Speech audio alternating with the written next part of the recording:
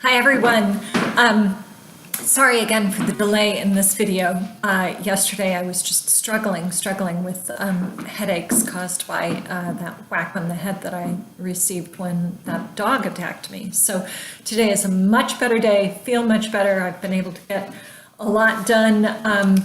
I'm getting some emails out to you guys and I'm hoping to respond personally to many of your posts from enacting the prophetic.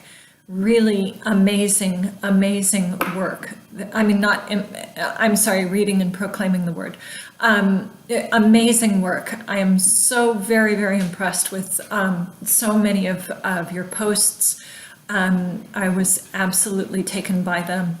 I am hoping that you've received your grades. If you have any questions, please let me know. I will continue to get back to you with feedback on those. But really, I thought the reflection posts were overall great. The sermons, songs, poems, etc., amazing. I didn't want to post all of my reactions in the actual forum because I want you guys talking to each other. If I talk to you, then that might quell your talking to each other. So anyway, I will be emailing you with more personal responses. In the meantime, if we are getting down to the short strokes on the class, so you notice that I opened both weeks 9 and 10. We are now currently working on enacting the prophetic, and then we are going to move toward wrapping up and turning in your research paper and then your integration paper. As far as the research paper is due, you may have noticed, as far as your research paper, you may have noticed that I changed the due date to March 8th. I didn't want you to have to do the research paper and the post on enacting the prophetic on the same day. I didn't want those due on the same day. So I have revised that deadline, given you some extra time. So disregard whatever it says in the syllabus. I've updated it and given you more time. As far as the fieldwork option for enacting the prophetic, you guys did such amazing work on being creative in the reading and proclaiming the word section that I thought you may be not that excited about doing something creative again. For those of you who are creative, this is a great opportunity. Please take advantage of it. For those of you who would prefer to do some analysis, and I know a lot of people like to analyze works of art, music, film, etc. The gamut is open to you. You can choose whatever film, song, poem, novel, whatever you would like to talk about and analyze it. Just make sure that you do it within the construct of Brueggemann. I particularly want you to pay attention to Brueggemann for that piece of it. You can certainly integrate Hildegard in that as well. And I put up my video of my own teaching on Hildegard, which I'm hoping you will enjoy and find enriching. I think Hildegard is absolutely amazing. But if you're doing the analysis, I want you to make sure that you use Brueggemann in that case. If you're doing your own creative work and you're reflecting on that, feel free to use Brueggemann or Hildegard or any combination thereof. You may notice that I also modified the rubric for the integration paper. So I have posted that. It's in the syllabus addendum posted in week 10. Take a look at that for when you go to put your integration paper together. I also just posted my PowerPoint on the rule of life. If you were puzzling and wondering what a rule of life is, I will post that lecture at the beginning of next week. But in the meantime, if you want to get some idea of where I'm going with my lecture and what I'm going to talk about, I put the PowerPoint up so you can get some idea of what a rule of life is and where we derive it, it really goes back to St. Benedict and the rule of St. Benedict. And so I put my PowerPoint up on the rule of St. Benedict. If you have any questions about any of this, please feel free to email me. As far as what I want to fill you in on, you probably have seen already that I posted my lecture notes on Brueggemann. What I wanted to do, I know I'm not generally lecturing on what you were reading, but again, Brueggemann, this particular work is a little bit more complex, so I thought I would give you a little bit of a head start on it. I am really focusing on chapters 1 through 4. I know you were not assigned to read 1 through 3. You were only assigned to read 4 through 7. So I wanted to give you some foundation of where Brueggemann is coming from in chapters 1 through 3, give you a little bit of an overview of chapter 4, and then 5, 6, and 7 you are on your own, but at least I've given you kind of an understanding of what his argument is, so it should be easier reading for you. So you should be familiar with Walter Brueggemann by this point. He is important. People think he's the greatest living theologian or the most significant living theologian. This particular book was groundbreaking, really important when it came out, and it's still highly influential when people talk about theology and the arts, because it talks about this idea of imagination. And we use our imagination, obviously, to create art.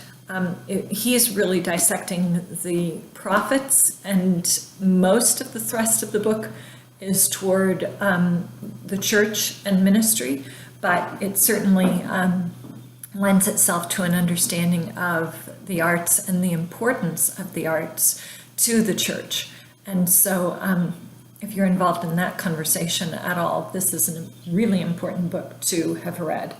Brueggemann's argument begins with Moses, and there are basically two themes that he identifies in Moses, and then he traces throughout the prophets, including Jesus. So that's the section that you're going to be reading, but I'll give you kind of a heads up. He focuses on this idea of dismantling and energizing. So basically, it's an idea of dismantling the status quo, or the ruling powers, the powers that be. Of course, with Moses, that's Pharaoh and the Egyptian empire. And then the energizing is Moses is moving the new community and introducing doxologies and to build up the faith of the new community. So Brueggemann's focusing on this twofold work of dismantling and energizing.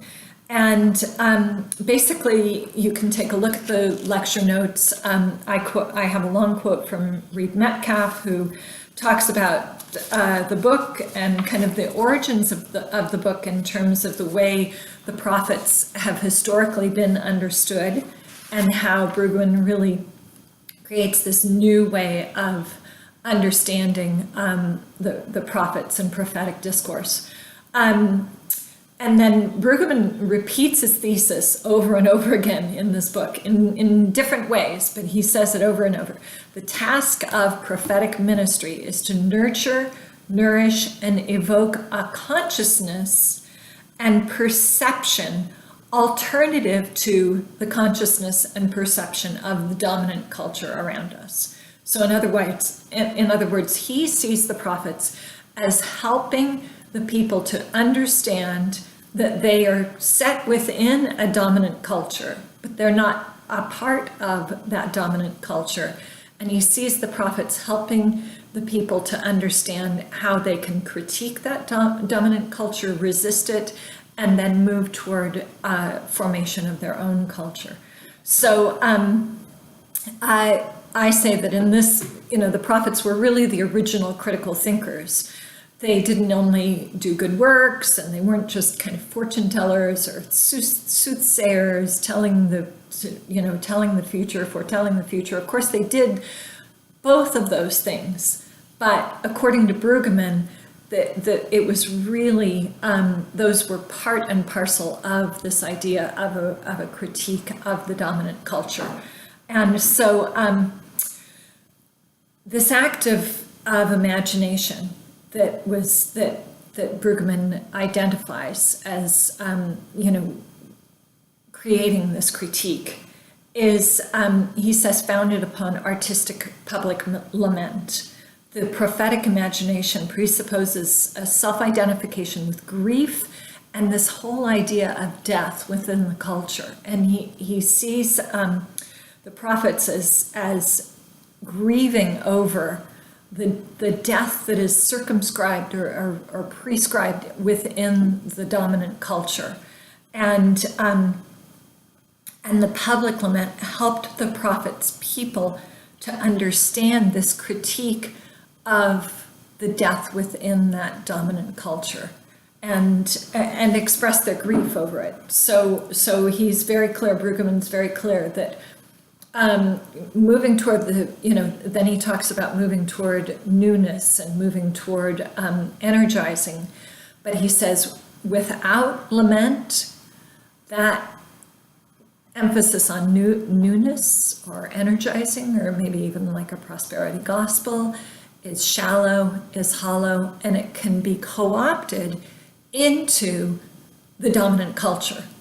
And so query, is that what we're seeing going on in Christianity here? That's one of my questions that I think flows very naturally out of Brueggemann's book. So something for you guys to think about is how has our preaching of a prosperity gospel become co-opted into the dominant culture? Anyway, not really Brueggemann's question, my question, but what he sees going on is, if you just have this energizing positive message without lament, without grief, without the recognition of the difficulties of life and the death that is contained within that dominant culture, then you can't have this uplifting message. But he nevertheless sees the uplifting message as being intrinsic to what the prophets are saying. So just as Brueggemann has considered the role of pathos in chapter 3 to emphasize the essential role of the prophet in criticizing the status quo, he goes on to explore the vital purpose of amazement, energizing newness that is contained within the prophetic imagination. And so again, take a look at the lecture notes on the bottom of page 2. I have a good-sized quote from Brueggemann that gives you some kind of a clue of as to what he's talking about here. This is coming from chapter 4. Again, then Brueggemann considers the impermanence contained within the dominant culture, that the message of the dominant culture is not lasting. God's message, of course, is lasting. And he says the dominant consciousness leads people to despair about the power to move toward new life. It's the message contained within the dominant consciousness or the dominant culture, he calls it the royal consciousness, is necessarily going to die because it's not from God. It is the task of prophetic imagination and ministry to bring people to engage the promise of newness that is at work in our history with God.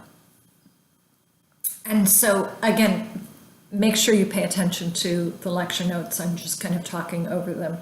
A key piece of Brueggemann's argument then goes on to it hinges on seeing Jesus as a continuation of the prophets.